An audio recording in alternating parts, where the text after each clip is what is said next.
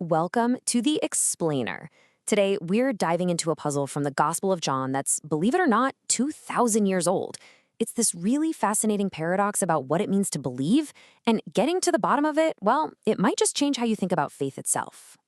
So let's jump right in with a strange moment straight from the source. You have all these people in Jerusalem, they're seeing Jesus perform these amazing signs, and the text says they believed in him. But then, it says something really confusing. Jesus wouldn't entrust himself to them. So what's going on here? Okay, so the key to this whole thing is actually a little wordplay in the original Greek. See, the word for believed is the exact same word used for entrust.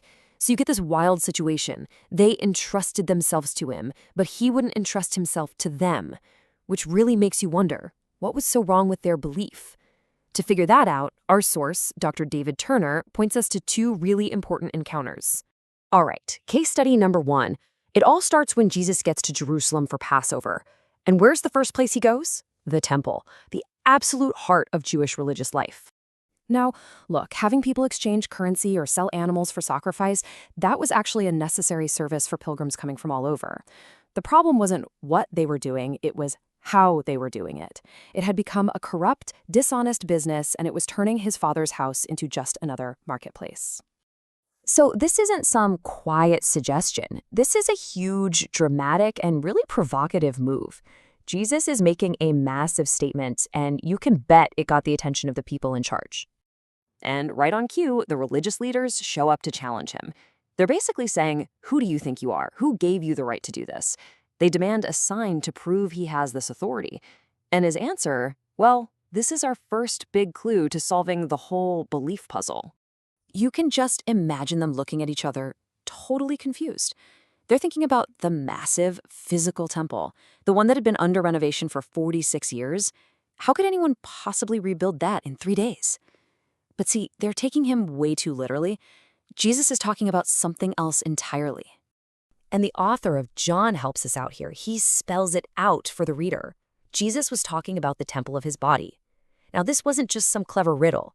It was a prophecy, a sign pointing to his own death and resurrection. And this is so important. His signs aren't just magic tricks. They're pointing to something much, much deeper.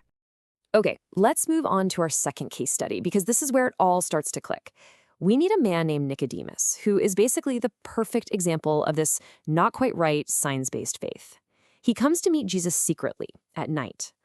And let's be clear, Nicodemus was no lightweight. This guy was a religious superstar, a brilliant scholar, a leader, the teacher of Israel. And just like the crowds, he saw the signs Jesus was doing, and he came to him thinking he had it all figured out. He says everything right, doesn't he? He calls him rabbi, says he's from God, connects the miracles to divine power. But just watch how Jesus responds. He doesn't say, oh, thank you. He just blows past the compliment and gets right to the real issue. I mean, talk about a conversation stopper. This just comes out of nowhere and completely changes the subject. Jesus shifts from talking about signs and authority to this idea of a radical personal transformation. And Nicodemus, the expert, is just floored. He is just completely lost. This guy, this top scholar, can only think in these physical, literal terms. And that right there, that shows you the absolute limit of his belief. It's all based on the signs he can see. He gets the what, but he is totally missing the why. So what on earth did Jesus mean by being born of water and the Spirit? This is where Dr. Turner's analysis really shines a light for us, because it's probably not what a lot of people think. Yeah, to really get what Jesus is saying, we can't just slap later Christian ideas onto this conversation.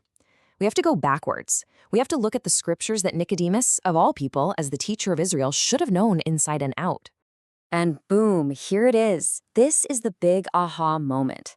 Dr. Turner points us to prophecies just like this one from the book of Ezekiel.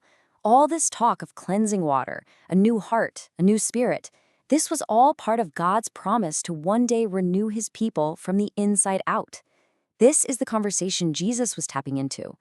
So here's the main point. The water and the Spirit, they're not two different things. The water is a metaphor for this spiritual cleansing that leads to a new heart, a new spirit, God's own spirit living inside a person. It's one single, profound, internal transformation. So, understanding this idea of an internal transformation finally brings us back to that first mystery. It perfectly explains why Jesus was so hesitant about the crowd's belief. It's because there are two totally different kinds of belief going on here. And the difference is huge. You've got the crowd in Jerusalem with this superficial belief. It was all based on watching cool signs and, mentally agreeing with what they saw. They knew about Jesus. But Jesus was looking for something way deeper, a transformational belief, one that's all about an internal renewal, a real change of heart and spirit. And Nicodemus is the poster child for this. He was so incredibly informed. He had the facts. He saw the signs. He came to a logical conclusion. But he hadn't yet had that inner renewal that Jesus says is the real deal.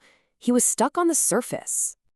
And just like that, the whole analysis brings the question right back around to us, doesn't it? The big takeaway from this whole passage isn't just about what we know up here in our heads. The real question is that knowledge actually leading to a profound internal change? Are we, like the crowds, just informed spectators? Or are we experiencing the transformation Jesus was talking about? That's the question this text leaves us to answer.